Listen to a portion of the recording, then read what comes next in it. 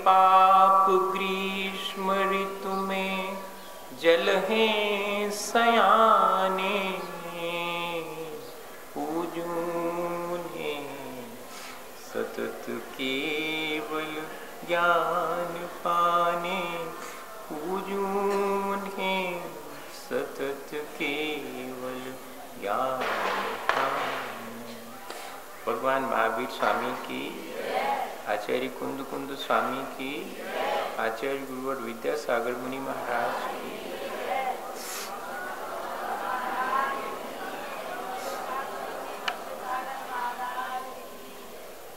हम लोगों के विचारों में निर्मलता आए और दृढ़ता आए, इसके लिए हम 12 भावनाओं का चिंतन करते हैं। 12 भावनाओं के चिंतन से वास्तविकता का बोध होता है, जिससे कि हमारे मोह में भी कमी आती है, हमारे अंदर वैराग्य भाव जागृत होता है। 3 भावनाओं पर विचार हम कर चुके हैं। आज अपन एकत्व और अन्यत्व, इन 2 भावनाओं पर विचार करते हैं। एकत्व भावना में तो मैं सबसे अकेला हूं, अपने जन्म मरण और सुख दुख का अनुभव एक अकेले ही करता हूं। यहाँ पर मेरा कोई सगा साथी नहीं है। लोग मिलते हैं, एक साथ रहते हैं, सुझे तो भाई संयोग है, लेकिन जो हमेशा साथ में रहे उसको अपन सगा कहेंगे और साथी कहेंगे। तो क्या जरूर लेते हैं कि जी हमारे सगे हैं, जी हमारे साथी हैं, मनो भैया सब संयोगी हैं। सगा साथी तो यहाँ पर कोई नहीं है। और मैं देह आदि पर पदार्थों से भिन्न हूं, ऐसी जो भावना या विचार है उसको अन्यत्व कहते। एकत्व भावना में पॉजिटिव अप्रोच है और अन्यत्व भावना में नेगेटिव अप्रोच है। दोनों विधेय रूप में और निषेध रूप में अपन विचार करते हैं। मैं एक अकेला हूं और मेरा ये सब पदार्थों से कोई संबंध नहीं है, ये सब पदार्थ मेरे से भिन्न है। इस प्रकार का विचार इन दोनों भावनाओं में करते हैं। यात्रा में अपन बस में या ट्रेन में बैठते हैं तो जाते हैं, व्यक्तियों से परिचय हो जाता है, बातचीत शुरू होती। 1-2 दिन की यात्रा हुए तो अच्छी बातचीत में और ऐसा लगता कि बहुत प्रेम भाव हो गया भाई हैं। सो समय व्यतीत करते हैं और जैसे ही अपना स्टेशन आ जाता सो के तो अपन उतर जाते हैं, कि उसका आ जाता है स्टेशन तो वो उतर जाता। कितने दिन का साथ है? 2 दिन का। ऐसे ही इस संसार में है। ये एकत्व भावना का विचार है। एकत्व भावना के विचार से संसार के प्रति जो अपना एकत्व भाव है वो टूट जाता है। अगर अपन देखें कि परमार्थ से तो यहाँ पर संसार में मैं अकेला हूँ, कोई भी मेरा नहीं है। और व्यवहार से देखा जाए तो जितने रिश्ते अपन ने बनाए हैं, जितनी वस्तुएं अपनी हैं, उनको कह लेते अपन की जी हमारी हैं, तो व्यवहार से कह लेते, लेकिन परमार्थ से देखा जाए तो कछु हमारा नहीं है। ऐसा जो निर्ममत्व भाव है वो एकत्व भावना भाने से अपने भीतर उत्पन्न होता है। और संसार के प्रति जो ऐक्य भाव है वो धीरे धीरे कमती होता चला जाता है। पहले बच्चों के लिए कहानी आती थी, पढ़ाते थे कि एक राजा था और उसको कई लोग उसके शत्रु थे, उसको जीतना चाहते थे, मनो कोई नहीं जीत पाया। फिर एक व्यक्ति को मालूम पड़ गया कि राजा की प्राण तो तोता में है, सो तोता का पैर पकड़ लिया, सो राजा की मुश्किल हो गई। तोता की गर्दन दबाई, सो राजा ही मर गया। ऐसी कहानी बच्चों को अच्छी लगती है, लेकिन अपन विचार करें कि ऐसा ही तो अपना भी एक है। अपनी तिजोरी को हाथ लगावे सो ऐसा लगत कि जैसे हमारी गर्दन दबा दी है। कचू है फर्क वो मेरी कहानी में। अपन भी तो ऐसे ही करते, अपनी एक एक चीज के प्रति अपना इतना एक है कि उस चीज को ढका लगाओ, हाथ लगाओ तो ऐसा लगत कि जैसे हमें कुछ गड़बड़ कर दिया। रुपया अगर एक ठो ओके 2 टुकड़ा कर दी में 100 रुपया के, तो ऐसा होत के जैसे छाती में कसू चिरगा हो। बताओ आप, एक इतना एक अपना है, ऐसे संस्कार अपन के हो गए हैं।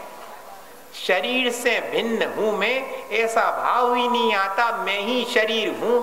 इसके जन्म मरण में, सुख दुख की पीड़ा में मैं व्यतीत हो जाता हूं, संक्लेश कर लेता हूं। और अगर शरीर अच्छे से स्वस्थ रह करके अपना सारा काम करता है, अपन को सुख मालूम पड़ता है, तो अपन अहंकार कर लेते हैं कि अपन तो बहुत सुखी हैं।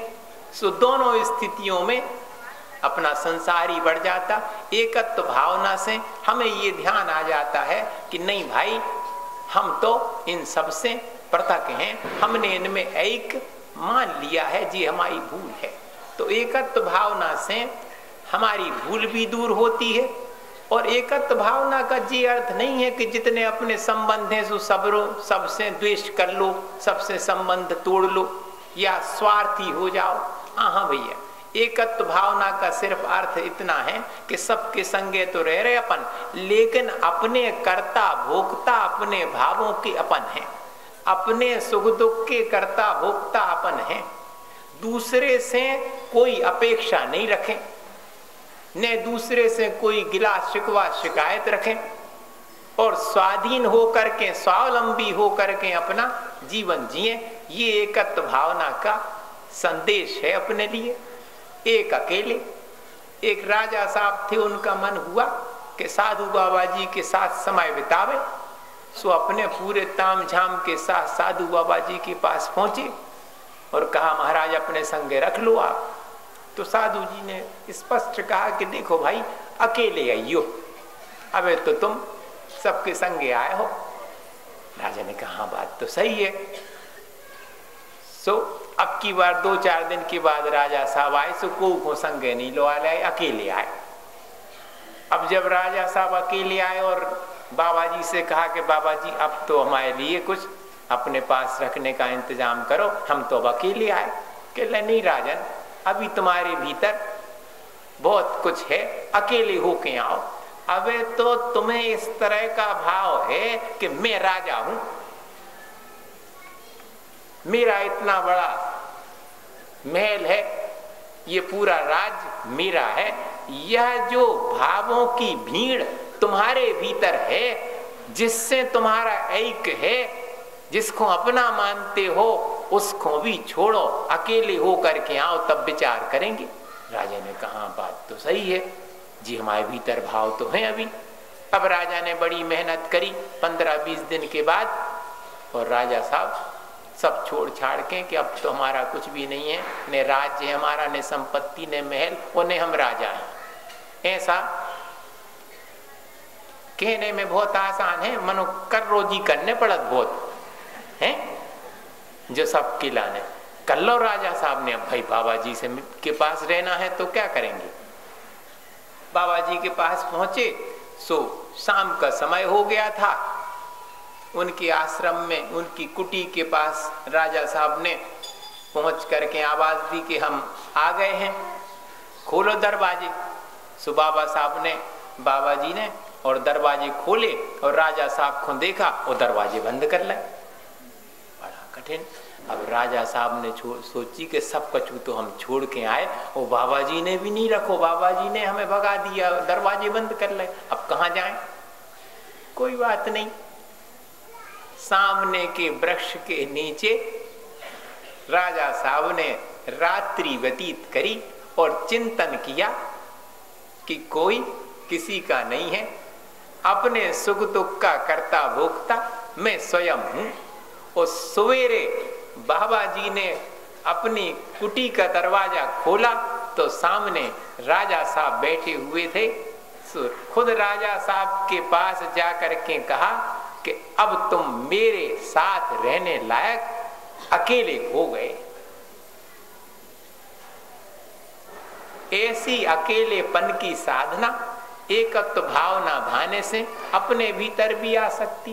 धीरे धीरे अपन इस तरह का विचार करें तो कम से कम भैया इतो तो कर ही लेवे कि ने को से कछु अपेक्षा रखें और न हो अपेक्षा पूरी हो कैसे सकत पूरी। अपने पुण्य को दा हुई है सो अपेक्षा पूरी हो जाए और अपने पाप को दा हुई है सो दुख आ जाएंगे। सो दुख जब अपने ऊपर आवे सो दूसरे को दोषी ने ठहराओ और जब अपने को सुख मिल गया सो दूसरे ने दे दिया। इस तरह का अहंकार न करो जी। एकत्व भावना का उद्देश्य है और अन्यत्व भावना में तो सब पर पदार्थों से मैं भिन्न हूं, ऐसा विचार करने से धीरे धीरे अपनी निजता का अपने स्वरूप का विचार करने का समय अपने पास बच जाता है। नहीं तो संसार के प्रपंच में ही सुबह से संध्या तक जो कर ली ये को वो कर दूं, इसी में पूरा जीवन निकल जाता। अपने स्वरूप के बारे में विचार करने का अपने पास वक्त ही नहीं रहता। और अगर अपन अन्यत्व भावना का विचार करें कि शरीर तक मेरा नहीं है, पर पदार्थ तो है ही नहीं, व्यवहार से मैं इनको अपना मान लूं सो मान लूं, लेकिन परमार्थ से ये मेरे नहीं है। सो अपने निजता के स्वभाव का या अपने आत्मा के स्वभाव के विचार करने का थोड़ा सा वक्त अपने पास में मिलेगा, ऐसा अपन को, जिससे अपनी आत्मा के स्वभाव की पहचान होगी। तो अन्यत्व भावना से ये लाभ है अपने लिए कि हमें अपनी निजता की पहचान हो जाएगी। अबे तो अपन भूले हैं अपने आत्मा के स्वभाव को, अपन को ये शरीर की और ये भौतिक सुखों की सारी चीजें बे अपनी लगती हैं। अपना जो वैभव है आत्मा का, उसकी खबर तो है ही नहीं है अपने लिए। कल कौन से वैभव की चर्चा करी हुई है अपन ने। भगवान को तो आत्म वैभव प्राप्त हुआ और उनने समूह शरण छोड़ दिया, सो अपन ने सबरो धर लो लक्ष्मी, घरे दरवाजे खुले रहन दो, लाइट जली रहन दो, आहे भीतरे। अरे भैया आहे ने वो चोरा है सो सबरी ले जे। देखो मैंने अगर अपन विचार करें तो कि ऐसा अपने मन में जो भाव आता है क्या वो वास्तव में ठीक है?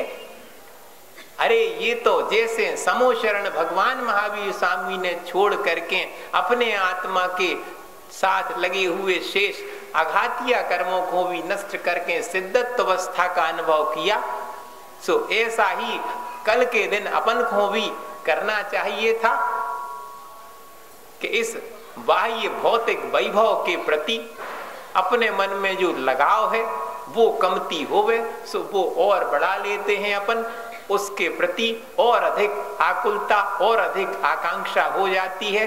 जो धन्य तेरस है सो बात धन तेरस हो गई। देखो धन्य तेरस, उस तेरस के दिन भगवान ने योग निरोध किया था। 2 दिन का योग निरोध करके और तीसरे चौथे शुक्ल ध्यान को ध्या करके उन्होंने अपने आघातिया कर्मों को नष्ट करके मुक्त अवस्था प्राप्त की थी। सो वो तेरस धन हो गई, सो उसका नाम धन्य तेरस था। सो अपन ने धन तेरस बना दी। बासन खरीद लो, बताओ 12 जी ले लो, 15 भी ले लो, 25 भी ले लो, हैं पुरानो एक ने निकालो ढकाने लगे को बधर दो पूरे और जुड़ा जान दो। अरे भाई हम कहते कि अच्छा है धन्य तेरस आपको इस तरह मनाना है तो खूब मनाओ, 100 खरीद लो बासन, मनो 100 पुराने निकारो तो तुम्हारे कछु कमने हुई है। लेकिन वास्तव में त्याग की भावना, अनाशक्ति की भावना, पर पदार्थों के प्रति जो ममत्व भाव है वो पृथक है। इस तरह का भाव अपने भीतर आएगा, अपनी पहचान अपने को होगी कि हमारे आत्म वैभव में क्या क्या चीजें हैं, हमारे स्वभाव कैसा है, उसकी हमें सबकी पहचान होगी। एक उदाहरण सुनाता हूँ और बात खत्म करता हूँ। एक शेर था, तो छोटा जब बच्चा हुआ तो शेरनी उसको छोड़ करके वो चली गई, मर गई होगी। तो वो जो छोटा सा बच्चा था, अब उसको क्या ज्ञान, वहां पर धोबी के बहुत सारे गधे हैं नदी के किनारे और विचरण करते थे, अपना खेल खेलते थे। सो उन्हीं के बीच में वह भी पलने पुसने लगा। वो अपने को क्या मानता था, मैं गधा हूं, हैं हतो तो शेर, लेकिन उसको जैसी परवरिश हुई वैसे ही उसको भाव आ गया। सो ऐसे ऐसे करके पलते पलते गधों के बीच में और वो बड़ा हो गया। जब बड़ा हो गया तो एक दिन वो पानी पी रहा था नदी में।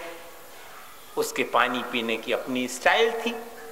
सो जब पानी पी रहा था तो उसको अपनी परछाई दिखी और वहीं पर गधे भी पानी पी रहे थे। उसने देखा कि हमारी परछाई तो अलग किस्म की है और इनकी अलग है। और उसी समय पहाड़ के ऊपर एक दूसरे शेर ने इसे देख करके बहुत जोर से दहाड़ मारी। सो इसको भी एकदम दहाड़ने का भाव आ गया। सो इसने भी दहाड़ दिया। सो जितने गधा थे सब भग गए हैं। अब इसको समझ में आई कि पले जरूर हम गधों के बीच में हैं, लेकिन हम तो शेर हैं। देखो निजता की पहचान हो गई। अपने लिए भी इसी तरह अगर अन्यत भावना का विचार करते हैं तो धीरे धीरे पर पदार्थों से मैं भिन्न हूं, मेरा अपना स्वभाव क्या है इसका भान होगा, इसकी पहचान होगी। इसी के लिए ये एकत्व और अन्यत भावना है कि भाई इनसे अपन विचारों से लाभ लेकर के और अपना आत्म कल्याण करें। इसी भावना के साथ में आचार्य गुरुवर विद्यासागर महाराज, हे गुरुवर शाश्वत सुख दर्शक,